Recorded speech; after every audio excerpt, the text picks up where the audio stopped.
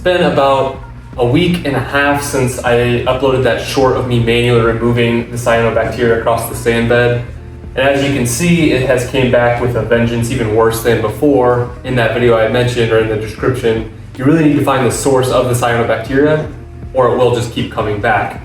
So that being said, this hobby can be extremely confusing. I mentioned in that video as well, my nutrients were out of whack with my phosphates and nitrates both being at 0, kind of bottoming out is what I said in that video. And while I think that is true for the nitrates, I think my phosphate was giving me a bad reading on the 0 because the phosphate is really feeding this cyanobacteria. And there's also other signs of some hair algae and just other algae that I know needs phosphate to grow. And so what I think is going on is there's actually quite a bit of phosphate in the tank, and it's just being consumed by all the cyanobacteria, which keeps fueling the growth. And so I need to do a few things to lower that phosphate, which again can be really difficult because if my test kit is still reading 0, it's hard to tell if I'm really making a difference other than just doing some research online and putting some things into practice that I know should help, and then of course hoping to see a decrease in the cyanobacteria.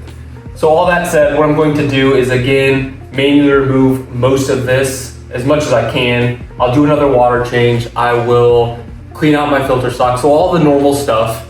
And then I will also have increased the MP40s up to 80%. They were only at 60%. So at 80%, they should move the water a lot more. They should move kind of some of the cyanobacteria and not keep it so stagnant on the bottom.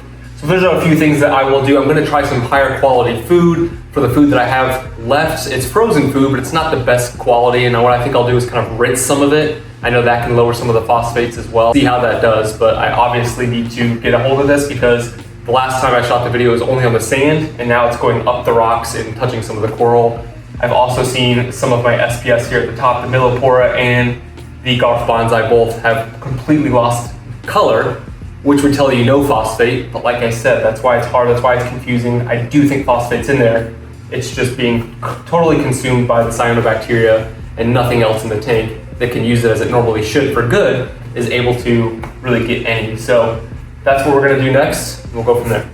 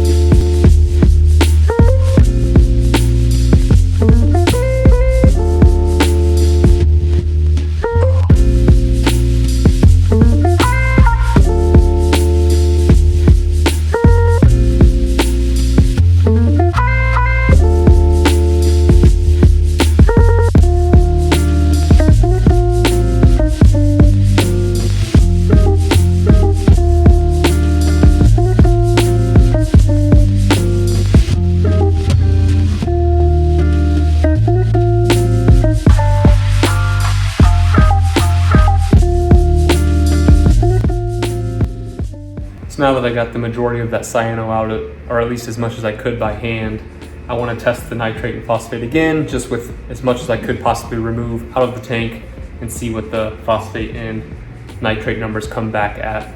I keep going back and forth if I think that there's literally 0 nitrate and phosphate, or if there's a ton and the cyano is consuming all of it. So again, with as much as I can out of the tank, we'll see what the numbers read. I went to the local fish store that I really like, BioReef, and talking to the owner of the store and just kind of explaining the situation, letting them know that, hey, my nutrients I thought bottomed out, so I did some things to try to increase those. Then I had the thought maybe there's actually elevated levels in the tank and it's being consumed by the cyanobacteria and actually fueling it. So I started to dial back some of the things that would increase nutrients. And he understood where I was coming from with that and kind of my general theory, but had said he'd been doing this a really long time, and the vast majority of the time it is actually bottomed out nutrients. And some of that additional algae that I saw was what led me to thinking maybe the levels were elevated because there's other algae growing in the tank and I'm getting zeros on the HANA test kits because the cyanobacteria is consuming that. But phosphates and nitrates phosphates aren't the only thing that makes algae grow. It's highlights and other things as well. So there's still a really good chance that it just simply is what the test kits are saying, bottomed out nutrient levels. And so he was saying that he's fairly confident that's what's going on. And he's wanting me to increase feeding, remove the socks, do some other things, but I need to do some things to increase the nitrate and phosphate. So we'll see what these test kits say. Actually, the phosphate just finished and it is at 0. I'm assuming this nitrate test is going to also be at 0.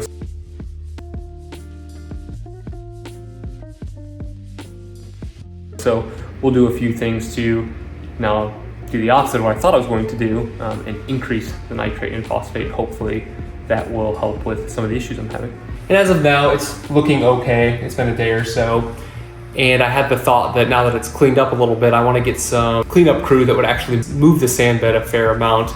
I don't really have anything that actually stirs it up. I know that the cleanup crew is not going to eat the cyanobacteria or even stop the cyanobacteria, but like I said, I just think moving that sand more than I have it moving right now is just going to help.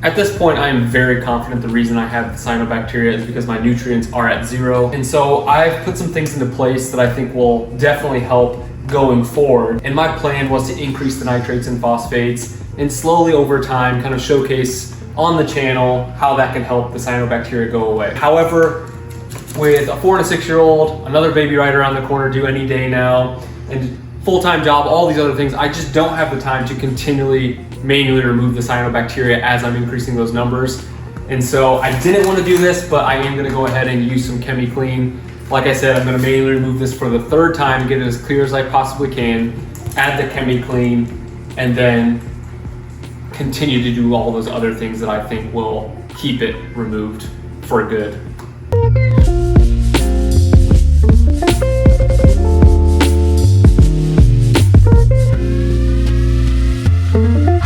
So I just got done with the 3rd round of manually removing all the cyanobacteria over, 3 to 4 week period. I've had to do this 3 times. So I just don't have the time to continually remove that by hand. It's a little bit of a process. This doesn't take a ton of time, but more time than I have right now to continually remove that as I'm increasing the nutrients. Mark Levinson from Me Loves Reef, he's always been a big advocator of just do the treatment, get rid of it, it's terrible to look at. And then he also advocates, of course, still finding the source of that, which for me is the nutrients. Fix that problem, but just dose the ChemiClean, get rid of it, and move on. So ChemiClean really makes your skimmer go crazy and overflows while it's skimming out that product. And so honestly, the best thing to do is just leave this off and just let the skimmer overflow. And a lot of that has to do with air. The ChemiClean product removes oxygen from the tank.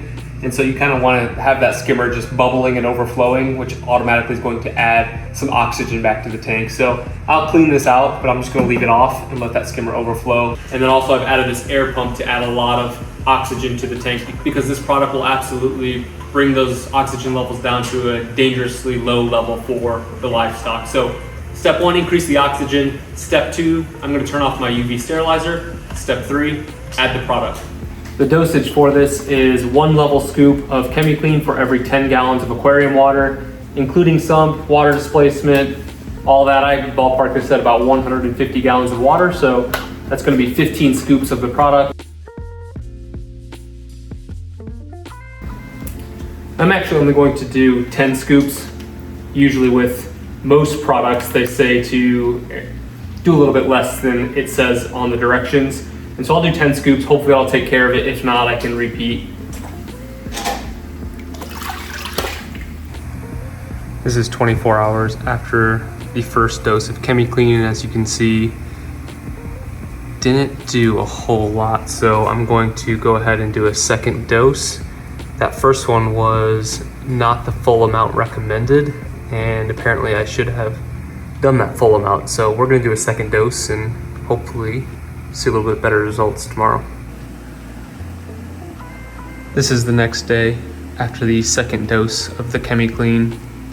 And I know it looks bad, but believe it or not, the cyanobacteria is actually pretty much completely gone. You can see some remnants up here on the glass. So, what you're looking at now, if you look closely, see the stringy-like appearance and all of those bubbles?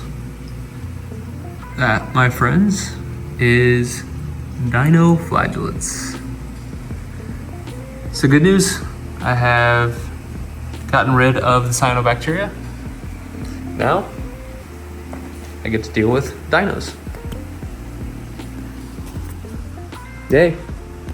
I'm actually not that upset about the dinoflagellates. They're definitely not fun by any means, but they're manageable. I've successfully beaten dinos in the past. I did that on my old tankers video on the channel about that. But first thing we'll do is grab this toy microscope. I got this when I was battling the dinos previously. And I'll scoop out a sample and put them on a little slide here and just see what kind of dinos I have specifically.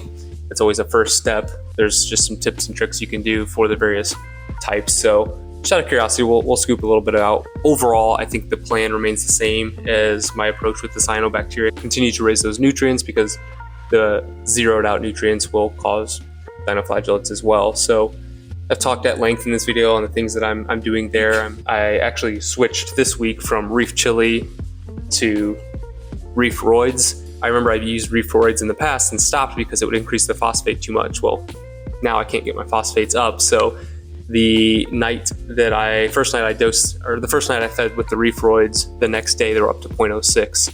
Obviously some of the other things I'm doing and putting into practice have increased them and have an effect on that. But I need to keep a close eye if I'm going to feed this on the phosphates, make sure they don't get up too high, but we'll do that. I'm not sure, I have the socks back on now just because of the ChemiClean treatment, all of the stuff that's getting stirred up in the water as I have been battling the cyano. I wanted some socks to collect that, but I may take those back off. I've lowered that one power head and cranked them up to get some more movement. I've added some cleanup crew. I'm gonna do less water changes. So quite a few things here that will hopefully in the long run keep the cyanobacteria and the dinoflagellates away.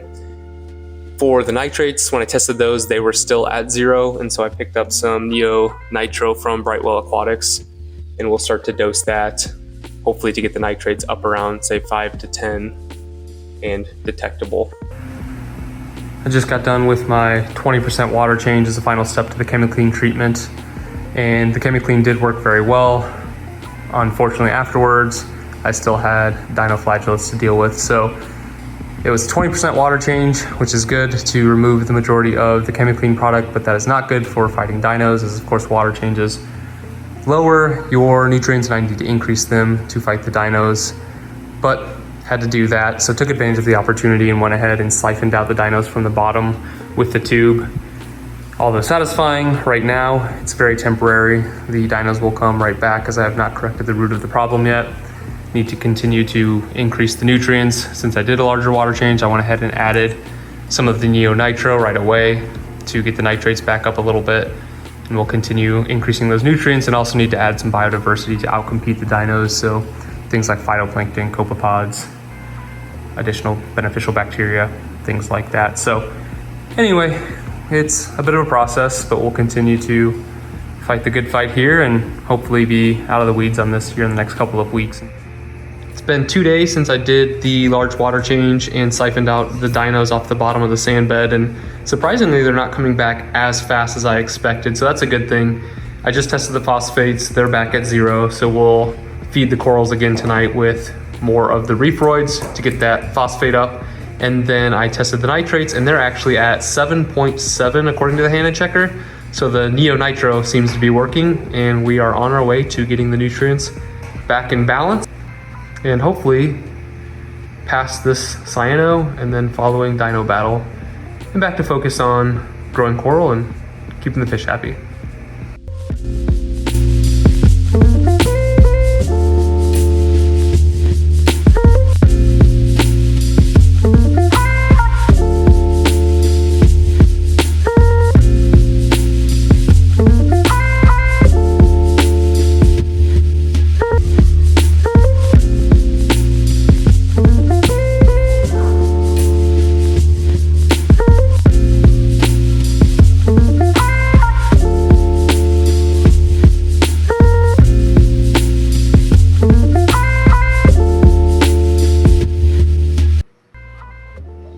I have another video on the channel that goes way more into depth on various methods of outcompeting the dinos. So I'm going to keep this relatively brief and share a couple of steps I'm going to try in this situation. The first thing you have to do is what you've seen me already do and knock those dinos back. If you have them just covering the tank wall to wall, anything you do after that to try to outcompete them is going to be really, really difficult. So you have to knock them back using the siphoning method or any other way that you can manually remove them. After that, you want to create an environment that they essentially don't want to live in. And so what we've been saying all video long, increasing the nitrates and phosphates to detectable levels. And then lastly, you want to outcompete them. And the way I'm going to do that is by introducing more copepods to the tank. Hopefully I already have a decent amount of pods in there already, and this will just increase that population. So I ordered some from Algae Barn. I'm going to introduce them at night after the lights have gone out, about 1 to 2 hours afterwards, so the fish are a little bit sleepier and don't eat all of them right away. Turn off my pumps, just trying to give them the best chance at survival. And then you want to start a regimen of dosing phytoplankton so they have something to consume. It'll help that population grow exponentially and outcompete those dinos. So if that doesn't work, I do have another method I shared in that other video I'm referring to on the channel where I use Dr. Tim's method, and that's introducing things like waste away and refresh, doing a blackout. Hopefully I don't have to do that. And then the more aggressive approach is what's called dosing water glass, introducing silicates directly into the system. Thought behind that is it introduces or encourages a diatom bloom, but then also outcompetes the dinos. Diatoms are easier to remove, but again, I don't want to do that. So hopefully all the things I've already mentioned plus this pod and phytoplankton regimen will do the trick. And that's going to do it for today's video. As of tonight, it's looking pretty good. I will keep you up to date. If you've made it this far into the video, I definitely appreciate your support. I'd ask that you consider liking the video. If you have not already, subscribe to the channel and then hit that bell notification so you know when the next one's coming out. We'll see you then.